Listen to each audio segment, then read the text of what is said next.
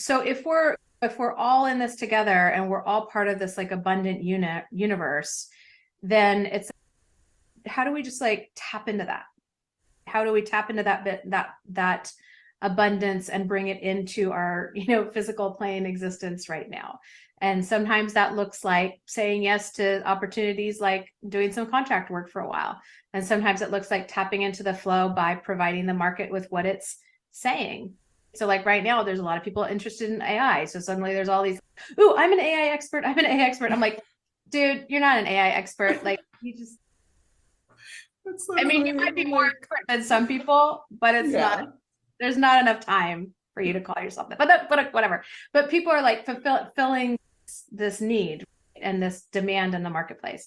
So if you can get in front of the demand, like step into the flow of the river rather than sitting on the edge of the riverbank, I think that helps too. But overall, all of these things are like mental, emotional, spiritual practices of nurturing yourself from one perspective to another perspective and be like, oh no, remember the universe is abundant. No, remember to focus on other people and how you can help them. No, to remember to let go of attachment. Like all these continue to like bringing yourself back to sanity. That I think that's the practice.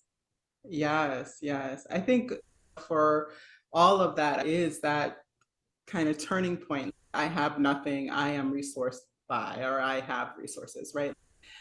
And it's so amazing, like how fear can shut down just the awareness of what is available to us and what is possible.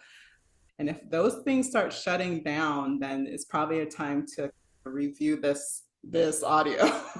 When I talk about financial freedom vision, what I'm talking about is what is that life you want to create where if money was not an issue, what's the life you would want, right? If you were financially free today, what would your life look like? And for some things, you're going to need money, and for some things, you're not.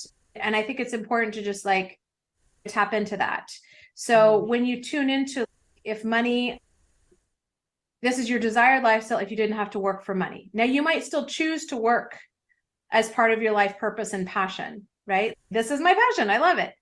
But if money were totally handled, what would you want to do with your life? And having a clear vision like that is important because it helps you program your mind to see opportunities and overcome obstacles to making that vision a reality.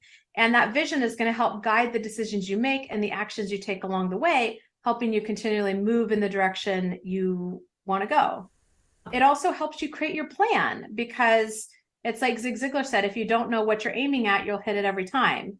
Or if you think back in Alice in Wonderland, Alice is like, which way should I go? The Cheshire Cat said, where do you want to get to? She's like, I don't know. He said, it doesn't matter which way you want to go. It's like, once you know what that vision is, now you can create a plan to get there, right? Because it's if you have a map, you're defining like where you want to go.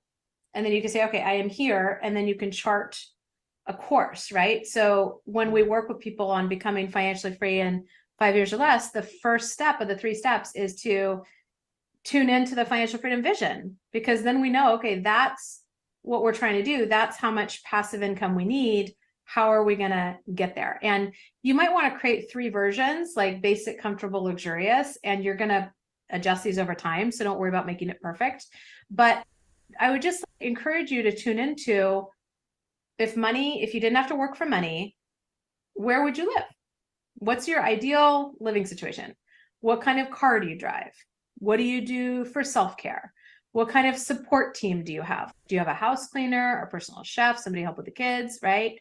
What do you do for fun in your spare time? How often do you travel? What kind of trips do you take? How much money do you contribute to family or friends or philanthropy? What role does philanthropy play in your life? And so you look at this vision and this is what you want your life to look like. So for me, my financial freedom vision entails having a very spacious schedule so I can follow my energy and see what calls to me